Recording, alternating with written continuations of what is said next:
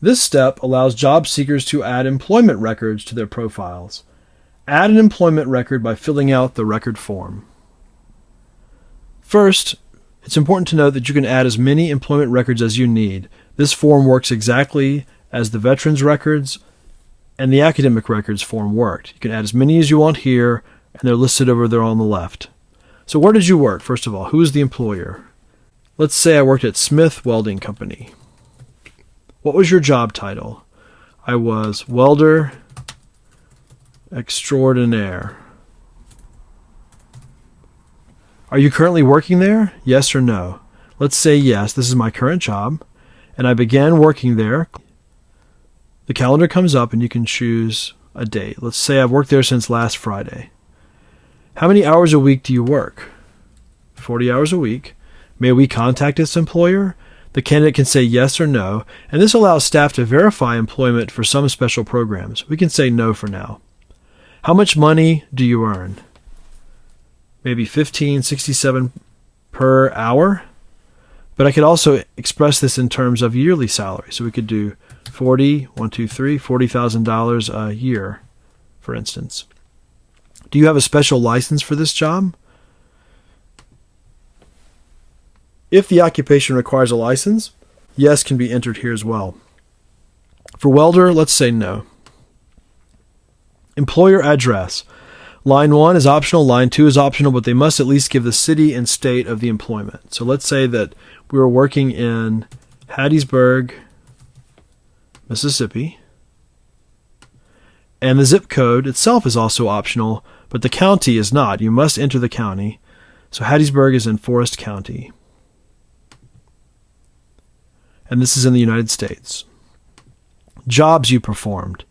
Here, the participant is able to add as many jobs as he or she performed as part of this employment. Often people wear various hats at a job. You may be an accountant, but you also might do shipping or receipts. And so often it's helpful to classify a job under several different occupation codes. That's what this is. Here we are asking the participant to essentially tell us what occupation codes characterize the job that they did. So let's start out with welder, because that's obvious. Welder, cutters, solderers, and brazers. And you can click Add. And now notice that the form lists welders, cutters, solderers, and brazers. You can also type another one.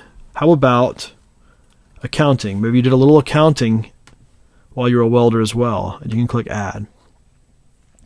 Now notice the job is classified as being an accounting and auditing job. It was also something where you did welding, cutting, soldering, or brazing. And then the next question, tools and technologies. We're asking the participant to tell us what tools and technologies they worked with on the job. It's important to encourage job seekers to fill this out so that employers get a good idea of just what kind of welder the person was and just what kind of accountant the person was. So this list, this pull down, will contain some accounting and some welding tools. Notice we have Abacus tax software, so we can say yes to that. But then we'll also have adjustable wide mouth pliers. Notice the list has welding tools and accounting tools, air scalers, air drills, but yet also auditware software. Encourage the participant to select as many of the tools and technologies as are relevant to the job. Did you receive rapid response? This is a question that we would ask in order to ascertain whether someone is part of a rapid response event or a mass layoff. We will choose no for now. Most of the time, job seekers are not part of rapid response events, and so we'll answer no. Describe your job.